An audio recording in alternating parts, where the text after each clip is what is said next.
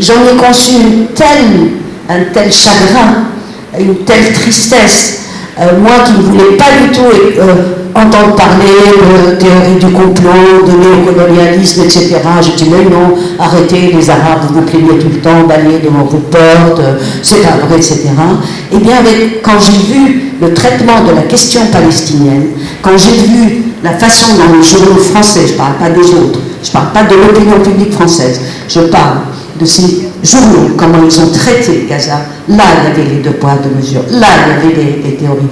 Et là, je ne veux pas dire que je suis revenue à mon identité, mais je me suis posé la question de l'appartenance et je me suis dit, et si je rentrais chez moi?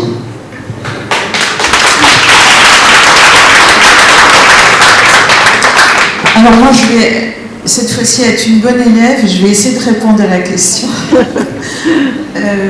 Sur l'identité, moi, c'est pas une question qui m'embarrasse parce que je n'ai jamais conçu l'identité comme un paquet qu'on reçoit à la naissance et qu'on va transporter sur le dos toute sa vie. Pour moi, l'identité, c'est un processus et dans l'idée, l'identité, c'est quelque chose qui change en permanence et qui, au contraire, s'enrichit de tout ce qu'on fait, je veux dire, en avançant en âge, en voyageant, en faisant des rencontres, en écrivant un livre, en lisant des livres, notre identité change en permanence, en ayant des enfants ou en choisissant de ne pas en avoir, etc., etc.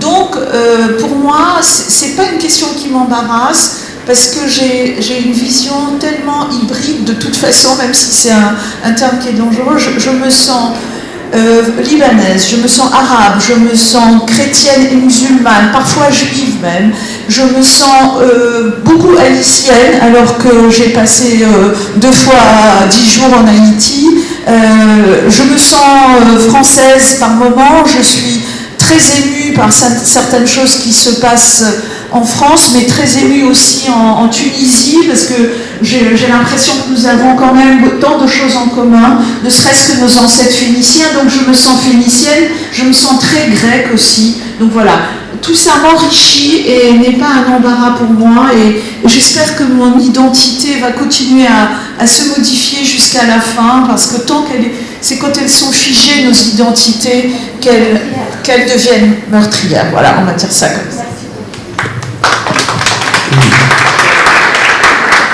Alors moi je pense que la chose la plus difficile, mais vraiment la plus difficile à penser, c'est la notion de différence. Parce qu'elle est très vite assimilée à une sorte de tapisserie sur laquelle on introduirait des notes différentes. Simplement, je suis une identité, mais je pourrais intégrer tel ou tel élément d'une autre identité, et ce serait un beau tableau, mais un beau tableau, à mon avis, où les différences se mettraient les unes à côté des autres sans réellement entrer dans une réaction qui les transformerait. Or, il n'y a pas de pensée de la différence sans une transformation de soi. Donc, cette transformation, je pense qu'actuellement, on est en train de l'adresser à nous, c'est une demande qu'on adresse à nous, qu'on nous adresse, on nous demande d'être différents, d'accepter la différence, alors que le véritable problème de la différence se situe à l'intérieur de la pensée occidentale elle-même.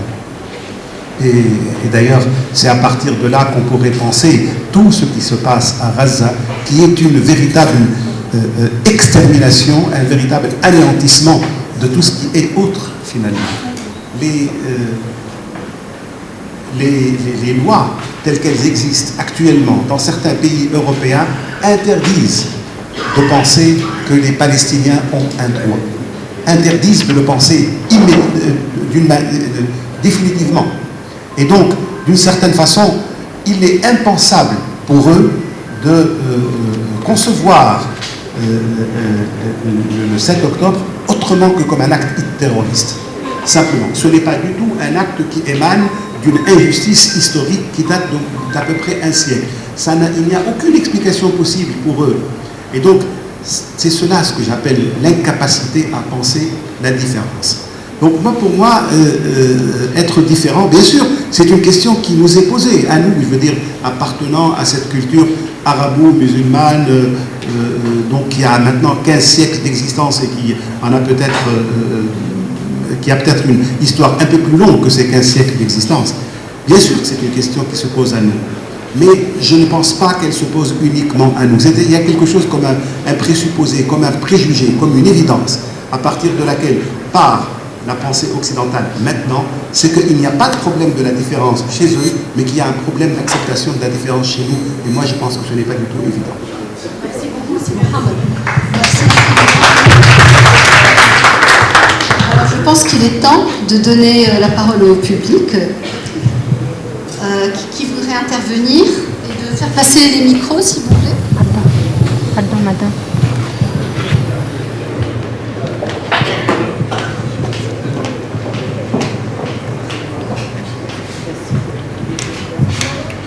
Bon, ça marche. D'abord, merci pour ce débat passionnant.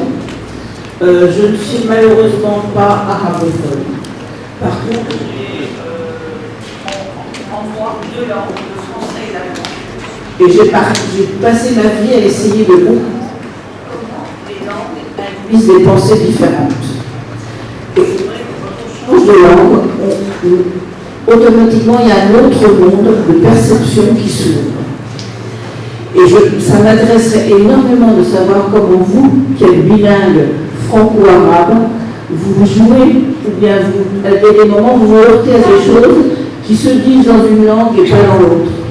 Comment cette différence, qui pour moi renvoie à des différences de fonctionnement social, je parle de fonctionnement social, comment est-ce que vous réfléchissez autrement, parce que l'on a cet ailleurs qui nous aide à mieux penser, quel que soit l'endroit où on se trouve, cet endroit où on se trouve.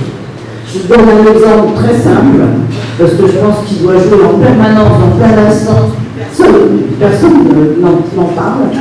Prendre une décision en français, en anglais, on la fabrique. To make a decision. Et en allemand, pardon, merci. Et en allemand, on la rencontre. Man trifft eine Entscheidung. C'est-à-dire qu'en fonction, on change de langue et automatiquement, on pense autrement le processus pour arriver à une décision. Je peux continuer très longtemps. Mais ce qui m'intéresserait, c'est que vous qui êtes à cheval sur le français et l'arabe, comment est-ce que vous, par moment, tout d'un coup, vous dites, mesdames, j'y avais jamais pensé, mais bien sûr que ça se dit autrement et que ça se pense autrement.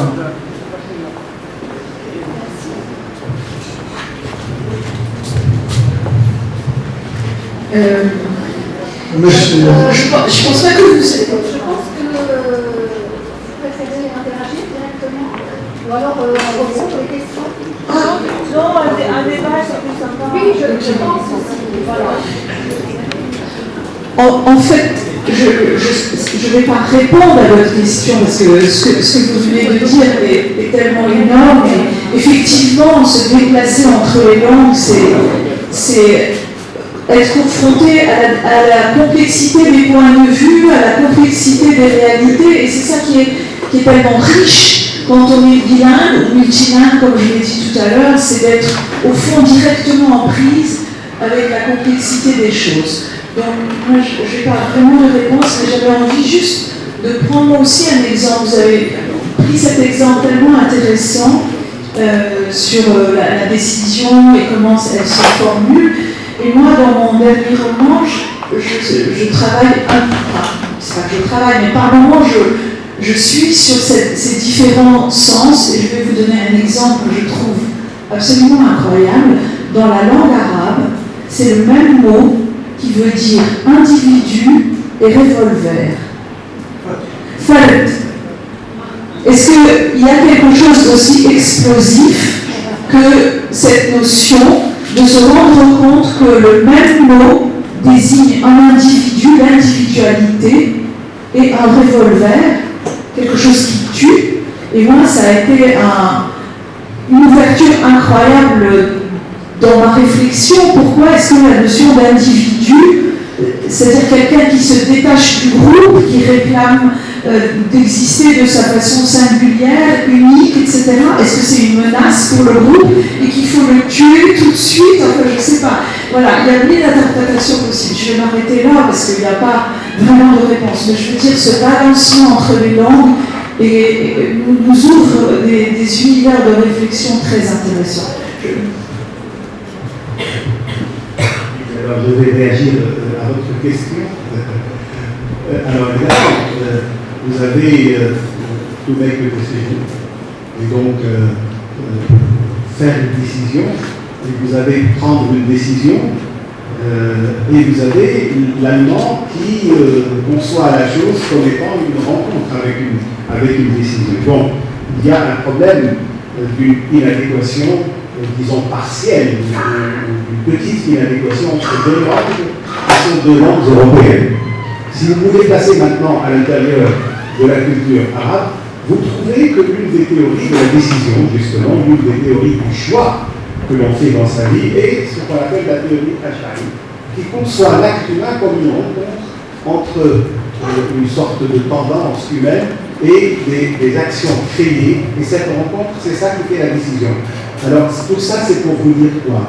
Pour vous dire que finalement, ce n'est pas parce que des langues appartiennent à une même sphère culturelle qu'elles se ressemblent. C'est parce qu'elles appartiennent à une sphère beaucoup plus large qui est la sphère humaine, c'est-à-dire la sphère d'une sorte de pensée humaine générale et même universelle, qu'il peut y avoir des rencontres et qu'il peut y avoir des similitudes. C'est, à mon avis, le problème que vous posez, c'est le problème essentiel de la traduction. La traduction qui est effectivement une sorte de grand obstacle à la communication des langues, mais qui est en même temps l'unique moyen pour que ces langues puissent entrer en contact les unes avec les autres. Et donc c'est une traduction qui est toujours à refaire, qui est toujours à améliorer, à approfondir. Mais nous en sommes là, de toute façon c'est une sorte de condition humaine. Il y a une prise de parole ici.